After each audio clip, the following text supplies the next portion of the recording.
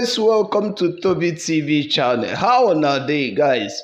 You know, this thing is no longer how we used to think it's actually going to be. And, a lot of people always say on daily basis that, this country, the United States of Biafra is an online country. But I'm going to shock you guys with today's news. Russian president signs a deal with the United States of Biafran military. All right. And Musa, the CDS of the Nigeria army, warns against it. I'm going to actually let you guys to listen to every event that is going to happen in this particular video. And just in case it's the first time you're meeting me, my name is TOBI Samuel. Welcome to my channel. Now let's go straight into the video for a clarification on this update. By security, and military support for Biafra against Nigeria. It made it very clear. But what do you think would have endeared Biafra into the heart of Putin? A lot of things, Mazen Namdekano has worked out a lot of things for Biafra, has placed Biafra agitation on the global level, has restored, that consciousness globally. People are beginning to study what actually happened, and of course the publication made by IPOB also went viral. It has gotten to so many archives around the world. People are asking, is that actually what transpired? This is a clear injustice on these people. And before that, our Igbos have been making waves all over the world. Igbos were outstanding during the COVID-19, and that is when Putin noticed them. Putin, for the first time, noticed the Igbo ingenuity during COVID-19. Okay, you mean the resilience in Igbos? Yes. Is the one that yes, into the heart of yes. You understand? They not only that, Igbos are global players. That's another factor. Wherever you go, you see them. Anything that's involved, you see sports, you see music, whatever it is, you see the Igbos, involved in international politics. They are conferences. They are there. Okay, no wonder, because the other time, Russian foreign affairs minister was very clear when he was admonishing UN and countries of the world that they should respect self-determination. At the time, people had judged that this is purely support for Biafra. No, that is not clearly. That's the fact. But look at what the J.D. Vance, the vice president to Trump, was saying a few days ago about Biafran Christians in Nigeria. He mentioned it clearly. Go and listen to that video. Listen clearly. It is not a joke. Biafrans are not joking. Biafrans are serious about Biafra. Igbos are serious about Biafra. But emphatically, what did Vance Trump said about Vance was making reference to the decision that is about to coming from his understanding of what Trump policy on foreign policy are going to look like, especially in Africa, and the killings of Christians, in Nigeria. That Trump will not stand by and watch Christians being killed. But when we talk about Christians in Nigeria, we have Igbos, Biafrans who are Christians, we have people in the middle belt, even in the north, because across a different strata of the society. It's not limited to Biafrans. The Biafra is the main population of Christendom in Nigeria. I think that is a statement of fact. Yes, you cannot, when you talk about Christianity in Nigeria, you're talking about Biafrans. Do you understand what I'm saying? So the Biafrans represent that Christendom So anything that happens to Christianity is indirectly happening to Christians or Biafrans. Anything that happened in Jerusalem is being seen to be happening to Christians. It is seen to be falling in pleasant places for Biafra. No, because at the instance of a resumption of office of Donald Trump, we have seen clearly how the foreign affairs minister of I'm talking about the Air Force commander of Africa and Europe from America, made it very clear that they will be targeting terrorists in Africa. Remember that Fulani military is a big problem for Biafra sovereignty, and of course, these have got Biafran celebrating. No, of course, the U.S. bombs have started landing in Africa too. And it started landing. And what is going to happen to Africa, especially Nigeria, is going to be well, carefully put in a strategic form because of the allied forces that are within that as is contesting the same thing. Because the Russia now is interested in Biafra, not Nigeria. The America is interested in, even though Macron, another Macron is trying to spoil, some of the things he was delegated to do by Tinubu. And of course, he failed to achieve that. It was a very big disappointment on the side of Tinubu. You can see the Sahel nation, the Burkina Faso and all that, breaking away, So it's a clear thing. And from that point of view, what the world is seeing, what the United Nations, France, Israel, Russia, who are already Biafran allies, are seeing is that the possibility of this nation. All these Christians you are seeing, both blacks all over in Africa, are going to start, coming back. If you're a Christian in any part of the world, within Nigeria, that you want to join Biafra, you are free to join. As long as you are not a threat, there will be land allocations for you. And they are looking at it whereby, we have a major access to our Mediterranean Sea and other things that are going to be involved. There's negotiation with China, Japan, and others of them as a result of our maritime strength, in that regard. So they are also looking at the issue of Amazonia, So Biafra can be more bigger than what we are thinking by the time they're able to harness all these things together as to make it a formidable force, an ally of Israel, an ally of America, an ally of Russia, representing the African continent as a superpower. Okay, now let us look at, that Trump already sanctioned ICC because of Benjamin Netanyahu, talking about the Prime Minister of Israel. And people are saying that this is a blessing in disguise for Biafra, considering the closeness and ally that Israel is to Biafra. Yes, I'm not trying to hype Benjamin Netanyahu, but I must praise him. He's an outstanding ex-IDF, a strong man, a Mossad, a hardcore, somebody who believes in whatever, You see, the Israelis, or the Israeli government, or the Israeli people, or the Jewish people, should be proud to have someone like Benjamin Netanyahu as their prime minister at this trying time.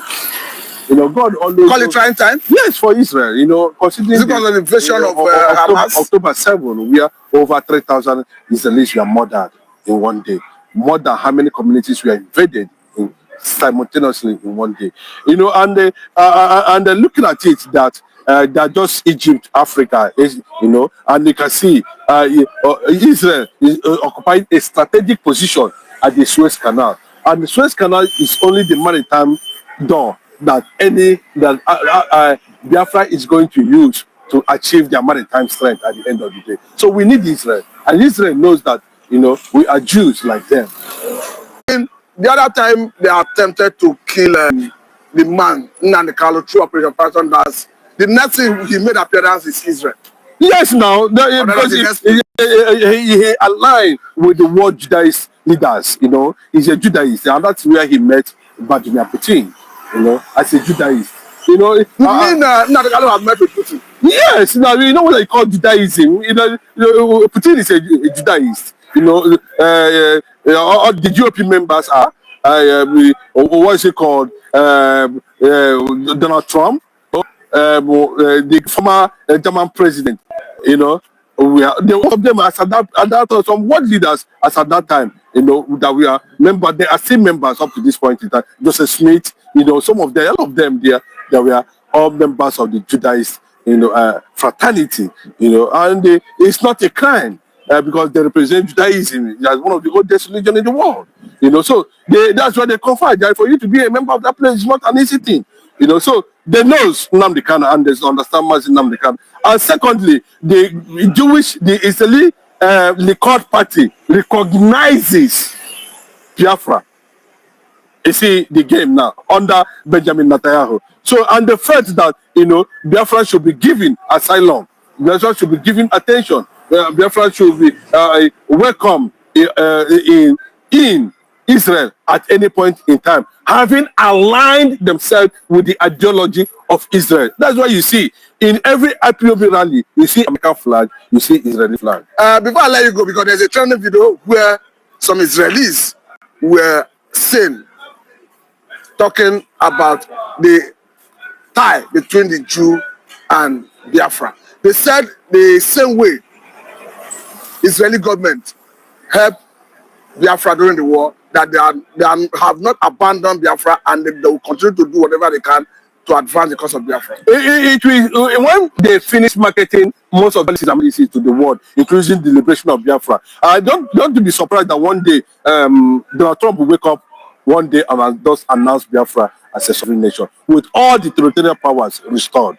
I'm telling you because Israel is already there backing, supporting. They have been there. I can tell you I have a very close one, somebody I'm monitoring online always, who is a former aide to Benjamin Netanyahu. And every now and then, he keep on talking about Biafra. At the global level, anytime he have opportunity to have a conference on the issue of Middle East and all that, Biafra is always been mentioned. So currently now, Biafra is enjoying global attention as a result of the resilient spirit of IPOB members all over the world who are trying to get the attention of the world leaders and nations, Committee of Nations, to buy into Biafra solidarity. And that is why you are seeing... It is IPOB that have marketed Biafra to the world at the global level. Oh? No, you mean IPOB is one that markets Biafra at the global level. Biafra, but he has not gotten to the consciousness of the global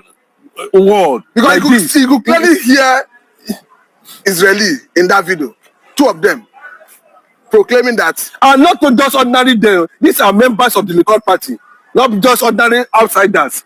Just like what is happening in Finland, where the members of that political party talk about Biafra. So it is like that. In America, you see the lobbyists, you see the Speaker of the House of America, the Speaker of the American Speaker, discussing the issue, acknowledging Biafran Charter. It is not a play. It is not this thing. These are the things we need, and these are things that has continued to advocate. What they are doing now, they see them mention what they want to do, how to restore, how to rescue Christianity in Nigeria, how to do this thing. All these things you are saying is targeting the day and way and manner Biafran cause is going to take place as a sovereign nation. But anybody that is telling you Nigeria will not divide, when the American government remembers Nigeria, nobody will tell them not to do the needful. Conclusively, do you think Susan Vile, of course, who the current chief of staff to Donald Trump, who was a lobbyist to Nnamdi Kanu, is playing any signal role in all these feats being recorded by Biafra? The way you are saying, there's no how that woman will not play a significant role. Susie Wales. There's no how she will not play a significant role. Most of this thing you are seeing, the issue of passport going through forensic analysis in Washington, and of course, a space has been dedicated for Biafra to establish their high commission, their embassy in Washington. These things are, you can't tell me that America is such a sensitive seat of power who don't know how, who, and what is going on. And you can say that they can do that without American government support. That's not possible. Russia, France, they see IPOB differently from the way Nigeria sees it. Yes, they do. These are the one that is being tailored by the Fulani people, including the Fulani governors in the east, the Arab Yorubas, and those who align with You call them Arab Yorubas? Yes, those who align with the Iranian, Shiite, and Sunni Islamic agenda in the north, including Buhari and the rest of them, Malami them, Rufai them. They are all militants, Fulani militants, politicians who are conniving with these people, to bring Fulanization and conquest, political conquest already. It's already, you can see the weight of Sharia implementation on the side of the southwest, and they are trying to throw it to the eastern part of the country. And that's where the red line is, and that's where the rejection is. So what is holding Nnamdi Kanu is some of these things we are saying, that how come Nnamdi Kanu was kidnapped in a country belonging to a former president, a hometown of America, talking about Barack Obama. Are you not reading into it? And when about Kenya, yes, when we are saying it that time, when we are pointing it that time, a lot of people will not believe that the arrest of Nnamdi Kanu in Kenya has whatever it is, yes, has the hand of Obama in it, have the hand of Biden in it, so have the hand of Tinubu in it, have the hand of Buhari in it. You may not have evidence to including Shetima. I should show you picture evidence. Not the, I'm telling you fact. I don't need anybody to tell me that you can. If you want to do such thing, you do not invite Interpol, who have the headquarters in France. There was no due process. It just swoop, they compromise the whole care security because you are Obama. But I think the Court in Nigeria have done well by recognizing that it was an extraordinary. But what the essence of it? Are you looking at that illegality? Why have they not been released? Why has it not been released? Since they found themselves in illegality. Because it was based on. So what is to make sure they bring you in so that they're able to plant Arab governors in the southeast, like who happens to them? You call one for Peter Mba and the rest of them who are there inviting, bringing Fulanis and paying homage to the Sultan of Sokoto. I will let you go, but let me make this point. Because we have seen UN working group on arbitrary detention asking for the release of Nnamdi Kanu. And the decision was based on the decision of Court of Appeal in Nigeria that decided that Nnamdi Kanu was extraordinary rendition for Kenya to Nigeria, as such it should be released. Don't you think the Court of Appeal did well? It's not a matter of a Court of Appeal. They can equally tell the Court of Appeal what to do at the end of the day. That is not what matters now, because it has become very clearly, that the Nigerian judiciary is being enveloped by forces of interest, not forces of the law, who want the law to play out at the end of the day. So judiciary now is just nothing to write home about. What we are looking at, and we will know that the present day, UN is pro-Islam. Like I ask, why is which strategy has Fubara used that almost everybody is on his side? No, because the Jaws, the Igbos, everybody. Let me tell you, to be honest with you, Fubara has played a fair game. Most people don't even know this skill exists, but it's making people thousands of dollars every month. It's not trading. He has pleased both the president, pleased Wike, and people have seen clearly that he is somebody that wanted peace in River State. People have seen clearly that this man is master intelligent, super intelligent, a strategist too, having served under Wike for 8 years as the accountant general of the state. So he understands some certain things. So Fubara is a magnet when it comes to playing into the public consciousness. He know where to move and when not to move. You understand? So that is what it is. So people have come to accept him because one, he does not show any form of disrespect. When the war started, they ran to the people that gave him the mandate. And he explained himself. He complained. And they said, is this what happened? The whole ex-governors of that state tried to intervene. They went to Abuja. He maintained his own side of the agreement by withdrawing some cases from the court. But we can never withdraw anything. So at this point, he has gotten that understanding. And if you can see, he's not afraid to call himself an Igbo man. He's not afraid. He made it very clearly that the community where he came from, which is Popo, was funded by an Igbo man. Let me ask this last question, Mr. Chinedu Michael. Because it stands, whether I would like it or not, it was Wike that brought him into the political limelight. And people are asking question, could it be that a Wike was not designing enough to know that this man would disobey him? Fubara never disobeyed him. Fubara never disobeyed him.